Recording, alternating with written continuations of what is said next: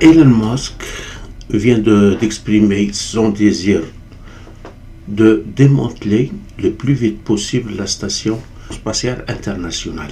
Pourquoi il veut se débarrasser de la station spatiale internationale? Tout simplement parce que la Russie avait exprimé dès 2022 son désir de quitter définitivement cette station-là après 2024. Donc l'échéance est arrivée où la Russie va se désister, mais se désister pas pour abandonner la conquête de l'espace, pas du tout, mais c'est pour pouvoir se consacrer entièrement à sa propre station. Il faut rappeler que la première station spatiale, c'était la station Mir.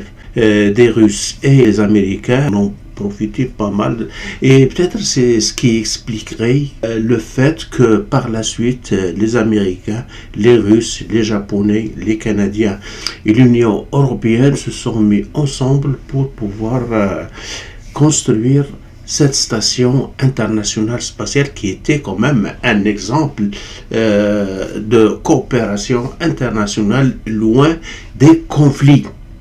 Or, c'est justement le conflit, le grand conflit entre la Russie et les Européens qui va pousser Moscou à vouloir se désister de la participation à cette station-là, et il y a de quoi, parce que la Russie quand même possède une expérience énorme dans ce domaine-là, ne serait-ce qu'une grande partie de cette station-là qui est russe, et il y avait aussi Soyouz qui assurait la navette entre la station et entre la Terre.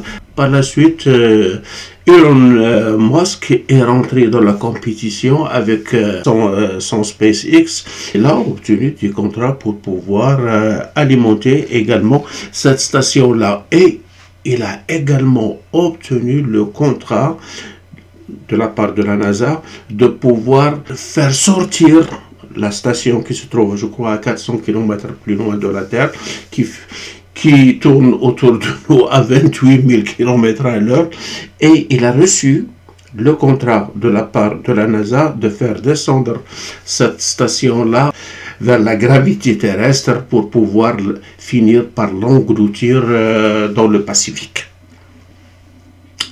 Mais ça, c'était prévu pour 2030. Et voilà que la Russie, dès 2022, annonçait qu'ils vont quitter à la fin de 2024. Ça expliquerait peut-être pourquoi Elon Musk veut se débarrasser le plus vite possible de cette station-là, où il ne reste comme partenaire que le Japon, le Canada et l'Union européenne qui n'apportent pas en tant qu'expérience que les Russes. Et peut-être qu'il veut se joindre aux Russes d'aller coloniser Mars. Mais ce ne sont pas ni les Canadiens, ni les Japonais, ni l'Union européenne qui vont l'aider à pouvoir réaliser ce rêve-là. Mais les Russes, apparemment, oui.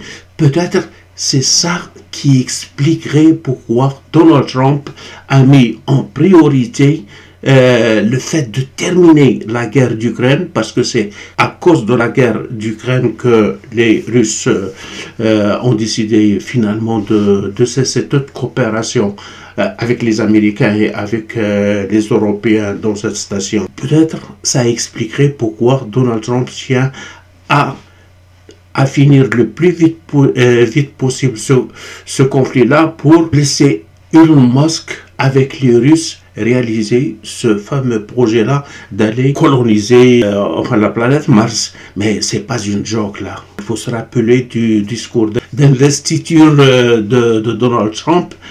Il avait parlé également que l'Empire américain aille sur la planète Mars. Et les caméras ont saisi Elon Musk qui jubilait, mais qui s'est rendu compte peut-être que les caméras étaient braquées sur lui. Il a fait des gestes que les réseaux sociaux par la suite ont attribués au fait que Elon Musk vient de notre planète, c'est un extraterrestre. Mais plaisanterie à part, il semblerait que ce projet-là d'aller sur Mars et de continuer, surtout de continuer la conquête spatiale entre Russes et Américains serait la cause qui a poussé Donald Trump à écarter et les Européens et même l'intéressé, c'est-à-dire Zelensky, l'Ukraine, des négociations avec Poutine. Et il y a fort à parier que bientôt, la guerre d'Ukraine va être terminée. Et les Américains, avec les Russes, vont travailler la main dans la main, aussi bien sur terre que dans les airs. Merci beaucoup d'avoir suivi cette vidéo et à la prochaine.